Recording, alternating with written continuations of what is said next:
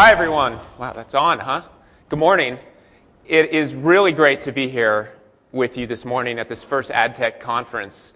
And we were just talking with Brad and some of the other organizers before we got started about how the numbers of this conference for the first AdTech conference in India have blown away expectations. But I have to say, it's not such a surprise if you just look at everything that's happened in India, that's happening, the fastest growing ad market in the world. You know, Brad mentioned that I've been coming to India for some time now, and it's hugely exciting and rewarding just to see the growth that's happening. And we all know that we're still just getting started. And that applies for us at Facebook too. We are really thrilled that we just passed recently 25 million active users in India, which is pretty rapid growth, really quite rapid growth from a year ago. And we define that as a monthly user. So 25 million people who are logging in the last 30 days. And yet we all know, I think, within this room, that we're just getting started. That things, the opportunity is really about what happens in the months ahead, in the years ahead, and the decades ahead. And that's part of why we're so excited to be here. As Brad mentioned, we recently opened our office in India, and we've been scaling up our operations. I did want to just take a moment to acknowledge we've got a bunch of folks from our team here. Please all just raise your hand from the Facebook team.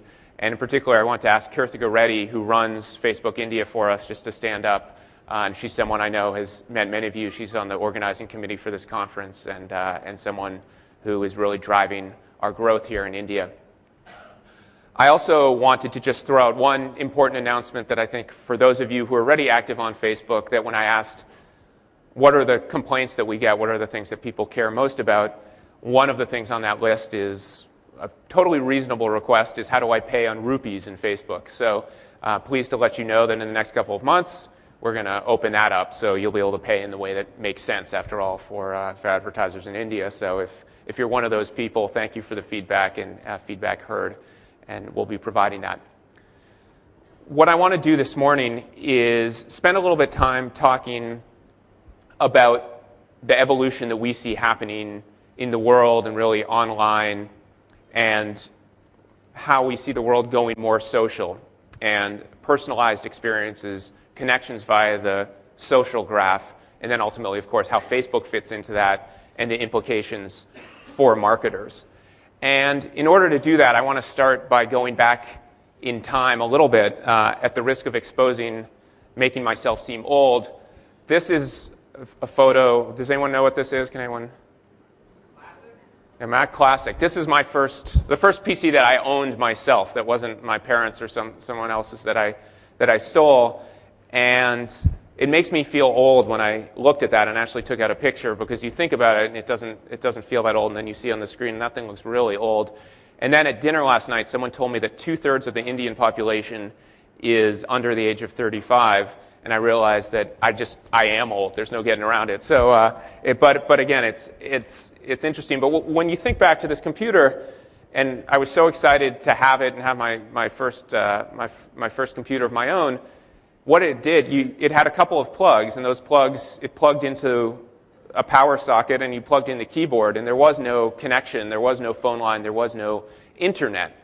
And this is a strange phenomenon, I suspect, in a country as young as India, and certainly at a company like Facebook, where I'm also old, that this whole concept of life before the internet is a little bit of a foreign one, and people are not really sure what you mean when you talk about that period. But what we saw over time is that, of course, in the 20 years ago or so, as we got the first text-based browsers, and then the internet started to scale up, information began to be organized in interesting ways, and life began to change, right? You had directories like Yahoo, and time information was organized in ways like through search, and you could start to find information in important and profound ways. But it was all sort of anonymized. It was information that you could get, but it wasn't personalized. And what we see happening in the world today is a fundamental shift in that way. That in a way that experiences were all anonymous in the past. At the time when I first got online, there were chat boards, you got your email address, but it was all anonymized. I was DBF13 was kind of the handle I went by, right? It was safe enough that it was my initials with the number, but no one knew who it was, and you kind of wanted it that way.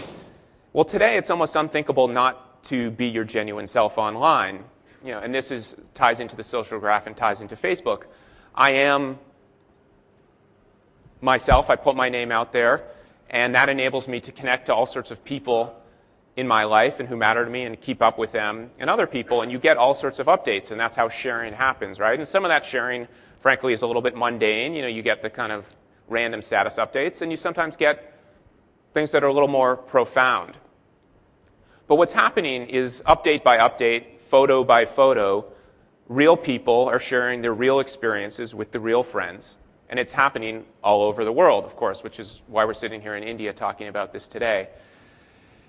And so what I want to talk about today is the implications of this move to real identity and what it means broadly, and then talk a little bit about what it means for the advertising world. So we'll start out talking a little bit about the web being rebuilt around people and the implications of some of that, and then we'll talk about the opportunities that creates for marketers, and finally we'll talk about the opportunities to really do this market to people, around people, with people at the center at a scale that's really never been possible before. If you think about this evolution that I talked about in the long two-decade history of the internet, it's really a move from that information web to the social web. And up until recently, what the internet has been great for is for answering what type questions. For me, what's the weather going to be like in India this week? What's the flight times to get there? All sorts of information. If I want to know what the news is, I can go to the Times of India. If I want to know what the right vacation I should take or what's available, I might go to Clear Trip and so on and so forth. But if you think about the way that we actually live our lives, forget online for a minute. Here I've run into a couple of old friends who I've worked with in the past. And when we meet, what do? We say, hi, how are you doing? What's new? What have you been up to? And that's what Facebook takes you from the what to the who. You go on Facebook and you're connected, and part of the reason that you go there is you want to see what people are doing, what's on their mind. And this is because these are the people, these are the things that we care about. And we care about what's going on with them. And this is really changing this entire paradigm of how you access information, how you share information, and so on. It's really a transformation from the wisdom of crowds, which has gotten a lot of discussion a few years ago, to the wisdom of friends and how that enables our lives to be better. And we think the result of this shift is communicated in the fact that people are spending more and more time on Facebook. These are India numbers from ComScore, and what they point to is that those 25 million active users on Facebook spend more time on Facebook than any other site by a pretty significant margin. And we expect this trend to continue and that to continue to grow. What we see in the US, for example, is Facebook's at about 7.5 hours per month, which is far and away, it's far more than double the number 2 site out there. And again, it's because it's this genuine, real experience going in and finding out what the people that you care about are talking about and having that opportunity to share. And people take this quite seriously and incorporate this kind of sharing in their lives in all sorts of interesting and sometimes amusing ways. So I want to share with you a video that we didn't have anything to do with making, that we just found that someone shared with us, of someone sharing an important moment in their life. Dana and Tracy, because you have made these promises to one another before these witnesses, and more importantly before Almighty God, I now pronounce you husband and wife. What God has joined together, let no one separate.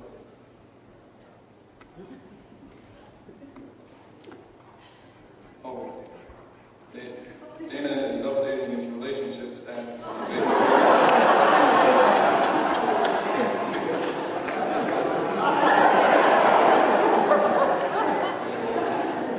As I was saying, I now pronounce you husband and wife. It's official on Facebook. It's official in my book. So yeah, we usually, at Facebook, we think it's okay to wait till the reception to update your status, but it's good that he got his wife in on the act right off the bat. So there are all sorts of fun examples, and people take this kind of seriously, but it's because the more you get engaged and the more you build out your profile, the more you want to really express yourself, and you start to feel like this is a reflection of your genuine identity. And that's what the social graph more and more is becoming, and I'll talk more about that in a second. And of course, there are fun examples like this, but we also see examples that are much more serious and profound. This is an example from the U.S. from last year of a woman named Kathy Schroeder who lives in the Midwest in the U.S. and got on Facebook for the first time because she was planning her high school reunion and wanted to reach out and catch up with lots of people she hadn't seen in a long time. And as she did that and started to build her connections, she saw a post from a friend of hers talking about a woman 1,000 miles away in New York named Beth, who she'd never met, a mother of 2 kids, who was experiencing kidney failure and was, if she didn't get help, didn't get a new kidney, was probably going to die within a couple of weeks. And Kathy, one thing led to another, but Kathy was so moved by this story, by her friend talking about this woman, Beth, and by the fact that she could actually identify with a person and a mother, that she actually ended up donating one of her kidneys to this seemingly anonymous woman and saving her life. And we actually see examples of this. It's not a common occurrence, but it's actually not that rare occurrence. And we see adoptions that happen for people on Facebook, all sorts of ways of people doing really meaningful and generous things as a result of these personal interactions, these personal connections that happen. And what's interesting is, in economics, economists talk about this concept of the invisible victim, the notion that when tragedies happen in mass numbers, the numbers get so big it's almost impossible to comprehend and to get your mind around. For instance, in the U.S. right now, there are 100,000 people waiting for organ donations on lists. And of those, every day, including today, 17 of them will die waiting for an organ transplant. But suddenly when that invisible victim becomes visible, when Beth suddenly becomes a visible victim, it changes people's behavior, it changes how people think about problems. And that's a big part of what Facebook does in terms of making people visible and enabling these personal connections. Now, sometimes this happens in other interesting ways, and people become more visible. How many people here know who Betty White is? A small handful. I didn't expect that many. She's an American actress who is 89 now, I think. And last year, for some reason, she starred in a bunch of TV shows and I think some movies, but going back many decades. And for some reason, in January of 2010, a man in San Antonio, Texas, decided that he wanted to start a movement on Facebook that Betty White should host Saturday Night Live, which is this comedy television program that's on, as the name would suggest, on Saturday nights. And they usually have a movie star who has a new movie coming out and is typically much younger than in their late 80s, host the show. But over 500,000 people joined this movement in a matter of months. And so Saturday Night Live said, all right, we'll have Betty White host the show. So last May she did. So it's a nice thing. So let's see how she repaid Facebook for that help that we gave her. I have so many people to thank for being here, but I really have to thank Facebook. When I first heard about the campaign to get me to host Saturday Night Live, I didn't know what Facebook was. And now that I do know what it is, I have to say, it sounds like a huge waste of time. So you can see the thanks that we get. But